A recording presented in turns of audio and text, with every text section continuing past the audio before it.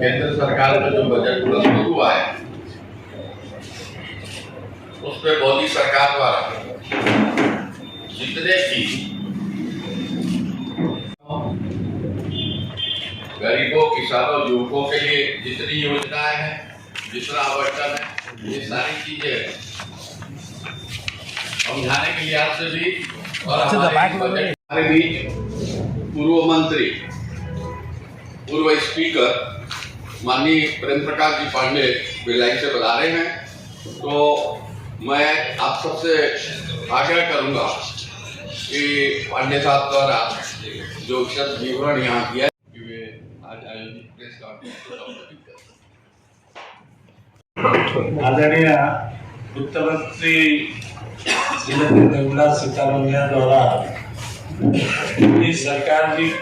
मोदी सरकार का यह नवा बजट प्रस्तुत किया गया और ये बजट अपने आप में एक पूरे विश्व के आर्थिक स्थितियां जहाँ खराब है वहाँ हिंदुस्तान जिस कोविड से निकलने के बाद अपनी आर्थिक स्थिति को लगातार बढ़ा रहा है और जो आदरणीय मोदी जी ने कहा था कि हम 5 ट्रिलियन इकोनॉमी की ओर बढ़ रहे हैं, तो इस बार का जो बजट प्रस्तुत हुआ है उसका जो जीडीपी है 286.17 लाख करोड़, लगभग $3.5 ट्रिलियन की हम इकोनॉमी आज हो गए। और ये बड़ी बात है कि जब 2014 में हम दुनिया के 10वें इकोनॉमी में थे, आज हम 5वें इकोनॉमी में पहुंचते हैं। ब्रिटेन से भी आगे आज हमारी इकोनॉमी है।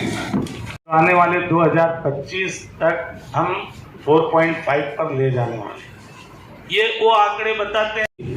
इस साल का जो बजट साइज है पिछले साल की तुलना में लगभग 12% ज्यादा 45,40,000 करोड़ का इस साल का बजट है हमारा। उसमें भी जहाँ पिछली बार वो बढ़ करके 2,40,000 करोड़ का हम लोगों ने इस बार रेलवे में भी बजट जो है कराया। इंफ्रास्ट्रक्चर में जो कैपिटल,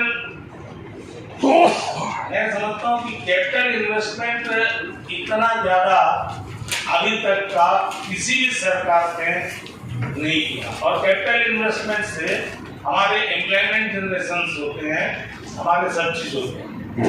हम प्रधानमंत्री आवास योजना में रखा है, तो गरीब हो, किसान हो, नौजवानों के लिए इंटरनेशनल लेवल के 30 स्किल सेक्टर हम खोल रहे हैं, जहां पर स्किल डेवलपमेंट के सेंटर होंगे जो आने वाले समय में इंटरनेशनली जो डिमांड है जॉब की उसके अनुसार उनका स्किल अप किया जाएगा। 159 हम लोगों ने मेडिकल कॉलेज जो बोला, प्रत्येक मेडिकल कॉलेज से जोड़ करके आने वाले समय में 159 हम जो है आपके नर्सिंग कॉलेजेस खोल रहे हैं, जिसकी भी आगे आने वाले समय में डिमांड बढ़ रही है। इस हिसाब से हमने कहा जैसे पीएम आवास का आप देख ले, तो पीएम आवास में यहाँ राज्य सरकार आज 16 लाख आवास जो है स्वीकृत आवास को नहीं दे पा रही है और हम आवास को बढ़ा रहे हैं। अभी तक हम लोगों ने लगभग देश भर में 3.5 करोड़ लोगों को आवास दिया है। लगभग 9,40,00,000 लोगों को हम लोगों ने उज्ज्वला गैस दिया है। 45.5 करोड़ लोगों के आसपास हमारा जो है जनधन योजनाएं हैं, जीवन बीमा की योजना है, जीवन ज्योति की योजना है और इस हिसाब से गरीब कल्याण में लगने वाले स्वच्छता से लेकर के 7.5 करोड़ से ऊपर जो 9 करोड़ से ऊपर लोगों के जो है हमने शौचालय जो बनाए हैं।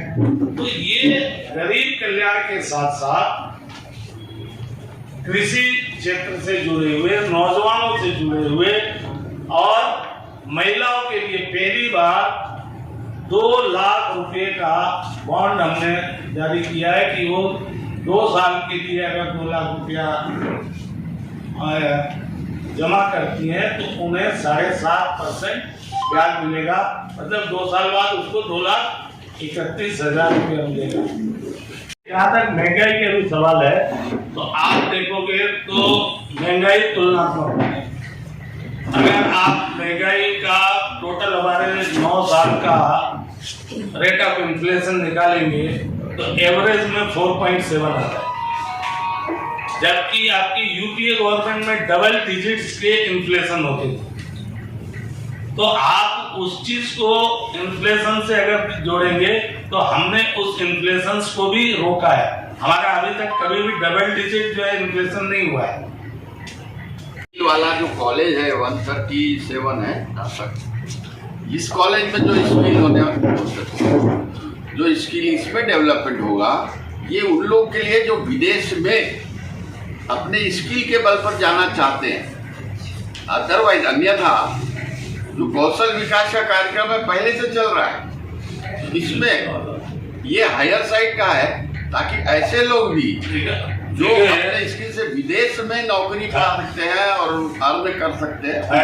ऐसे डोमेस्टिक जो रोजगार की अगर अपन बात करें तो डोमेस्टिक रोजगार तो फिर हम उस देशों का सपना डोमेस्टिक के लिए जो मतलब चौथी योजना फिर से प्रधानमंत्री कौशल योजना लागू की गई है, उसमें लगभग 47